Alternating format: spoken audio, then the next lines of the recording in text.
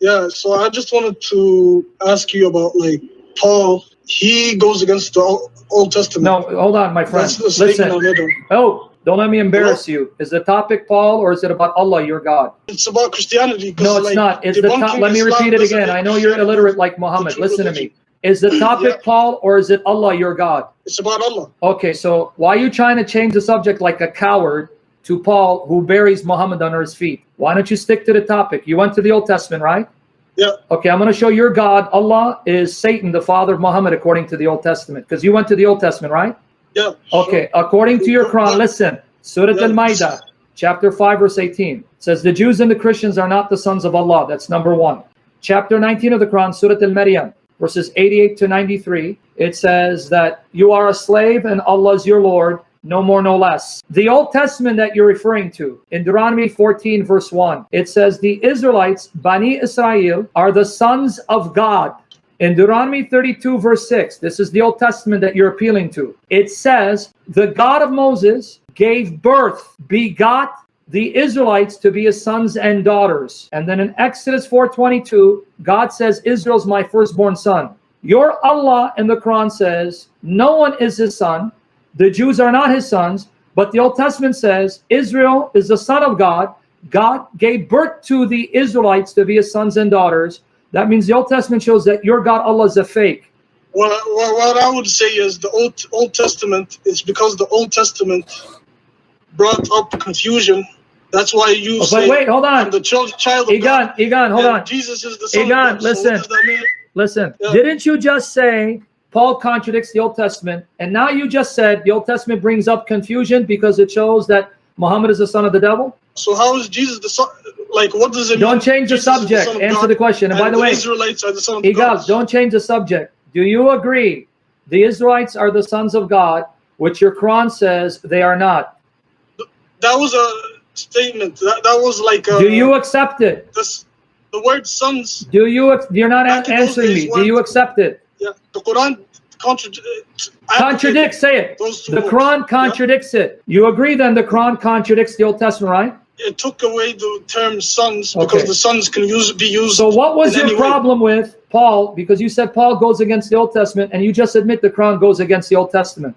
So what's your problem? Well, Jesus in the Bible said, "I'm not here to change anything in the Old Testament." And you know that you just proved the Quran is a lie, right? You just again proved your Quran is a lie, because in chapter 3 of the Quran, verse 50, Surah Al-Imran, it says that Jesus confirmed the Torah and made lawful, halal, what was haram. So if you're saying my Bible says Jesus didn't change the Torah, then your prophet Muhammad is a liar, because your prophet said Jesus came and changed many things because he made many things lawful that was haram. So are you saying the Quran is a lie and your prophet is a liar? I'm not here to. No. You are here. No. You're here to defend Allah. Islam doesn't make Christianity the true religion. You are here to defend Allah. Do you agree now? Muhammad is a lying son of Satan because he said Jesus came to change things that were forbidden. But you just said my Bible said Jesus didn't change anything. So was Muhammad a liar? Was he lying? He wasn't lying. No. So then why are you quoting my Bible, which contradicts the Quran, showing that Muhammad is a liar? Why are you quoting it? I'm just saying, don't you get? You're saying nothing. Dissidents following this Bible? No, you're saying nothing because you don't know my Bible. You don't even know your Quran. But I'm going to give you a final example from the Old Testament. Final one, then I'm going to have to send you on your merry way. In Deuteronomy 24, verses 1 to 4, it says, if a man divorces a woman and she marries someone else, and that second husband dies or divorces her, the first husband cannot take her back. He cannot marry her again because this is something disgusting to God. But in your Quran, Surah Al-Baqarah, chapter 2, verse 230, it says when a man divorces a woman, he cannot take her back until she marries another man and he divorces her. That's why in Islam, that man is called muhallal, the one who makes the woman lawful to go back to her husband. So Deuteronomy says, this is disgusting, this is filthy, this is wicked, what your God Allah said a man can do. So now do you again say Muhammad is disgusting and your God Allah is disgusting for doing something that the Old Testament says is disgusting to do? He doesn't. No, Islam is more like Judaism than Christianity. I just gave you Judaism, Old Testament. You're not listening again.